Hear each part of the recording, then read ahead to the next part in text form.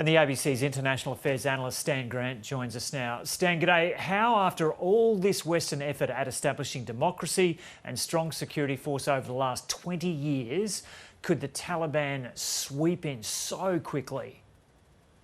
Joe, the Taliban has long had a saying, you have watches, we have time. 20 years was nothing when you consider that the Taliban never really went away.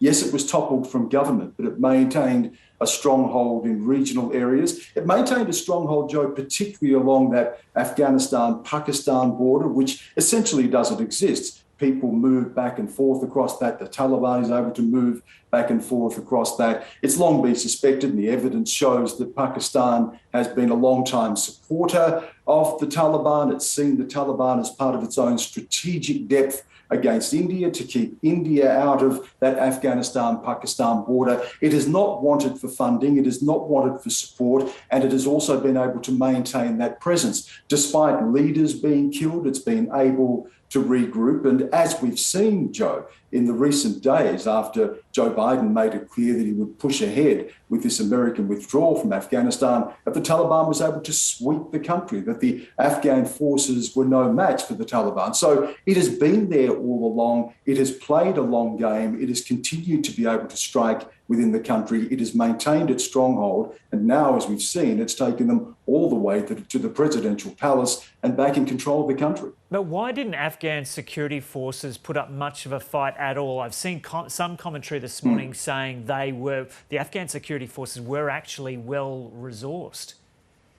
Well-resourced, in Australian terms, about $100 billion has been pumped into Afghan forces over that period of the past 20 years as Americans have continued to try to build up the capacity of the Afghan forces. But the critical thing here, Joe, is that a lot of these military, a lot of these forces did not have the will to fight. They lacked leadership. There is corruption within the government. Many of the soldiers have complained that they haven't been paid. Some of them haven't been fed. So there was no cause, there was no will to fight. And in the face of the onslaught from the Taliban, many of them simply walked away. Some have changed their uniforms into civilian clothes. There have been police and military who have surrendered to the Taliban. So despite all of that investment, it has not been able to withstand the onslaught of the Taliban. One of the things about the Taliban, Joe, is it's a classic insurgency.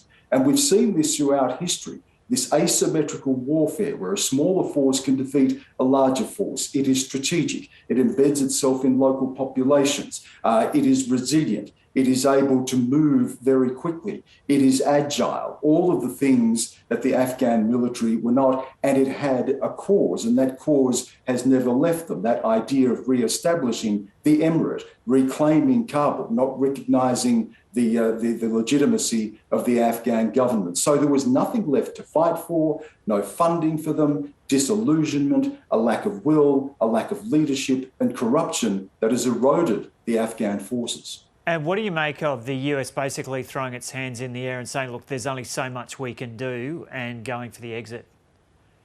Well, it reminds you, doesn't it? Sadly, you see those images of American helicopters in the air and leaving the embassy and ferrying people to the airport, and you immediately go back to what happened in Saigon at the end of the Vietnam War, another time when the Americans simply peeled away. We saw this in Iraq as well. When the American troops pulled out, Islamic State was able to gain a foothold. Then Barack Obama seriously misjudged the force of ISIS and what it was capable of. Joe Biden has seriously misjudged the force and the capacity of the Taliban. Up until recent times, he believed that the Afghan forces would prevail. He did not believe the Taliban would come back into power. And that just flies in the face of all of the evidence. It flies in the face of people who have worked on the ground, of reporters who have been on the ground, people who have seen the Taliban still with significant strength in numbers and control of regions of the country. This was entirely predictable, but now they walk away and leave this to an Afghan process. As far as Joe Biden is concerned, this was something that needed to be sorted out and negotiated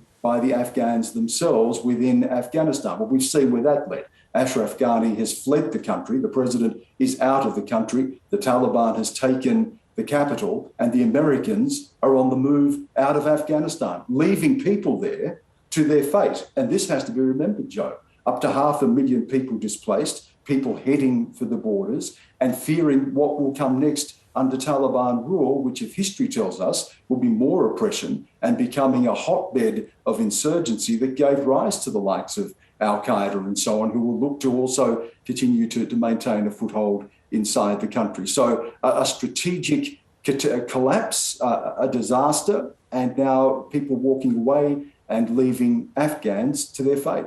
Yeah, and you described it as a strategic collapse and disaster. But what of Western involvements in countries in this region? What does history teach us about the wisdom of Western countries going in there, and the wisdom of Western countries continuing to try to influence what happens there?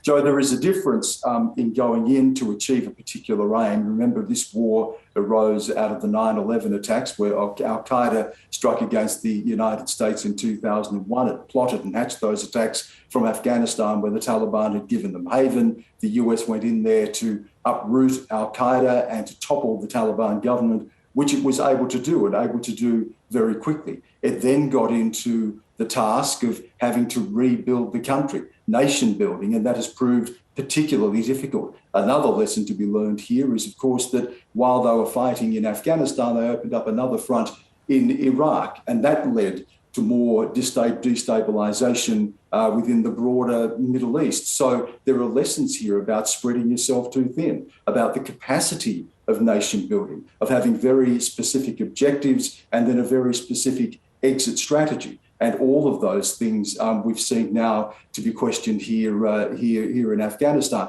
And Afghanistan, Joe, has been known for a long time as the graveyard of empires. We've seen invading forces go there and fail. We saw the rise of the Taliban emerging after the collapse of the Red Army invasion, the Soviet invasion of Afghanistan. And when they pulled out, the Taliban was able to exploit a power vacuum and come to power. It's going to be fascinating to see how the region plays out. China has interest there. Russia has interest there. There is India and specifically, and Iran, of course, and specifically Pakistan. Pakistan is now absolutely crucial, because Pakistan has, as I've said before, been a supporter of the Taliban on the one hand, but has also dealt with the blowback of the Taliban in their own country. It's been ostensibly an ally of the United States while also working the other side of the fence, playing a very deadly game, and Pakistan is going to be crucial as this unfolds in the days, weeks and months to come. And what's the likelihood that Afghanistan will once again become a safe haven for terrorists? Well, they've never gone away as well. And one of the things that we saw with the initial invasion, the Americans had asked the Taliban to give up Al-Qaeda, and that didn't happen. Now, there were always strains between Al-Qaeda and the Taliban. Mullah Omar, the leader of the Taliban, and Osama bin Laden, the leader of Al-Qaeda, had their strains as well. But they did have a broader common cause. And in this case, the Taliban was going to risk invasion and being toppled from government to continue to give haven to Al-Qaeda. Now, there's been a lot of speculation and some evidence to support this, that there's also been increasing Islamic State presence inside the country. And then again, come back to Pakistan, because Pakistan has always been seen as terror central. The madrasas, the Islamic schools that emerged in the 1980s, 1990s gave rise to the Taliban. It sowed the seeds of insurgency beyond Pakistan's borders. It gets funding from other parts of the world to maintain these Islamic schools, these madrasas that have produced a lot of this terrorism. Pakistan has been described before as the head of the snake, if you like, if you're looking at trying to go in there and dealing with terrorism more broadly. But yes, the Taliban being back in power not only has consequences for the country and the region, but it seriously has consequences for the spread of Islamist insurgency, and potentially given a safe haven, a home for those groups to be able to occupy and operate from. Okay, always great to get your perspective. Cheers, Stan.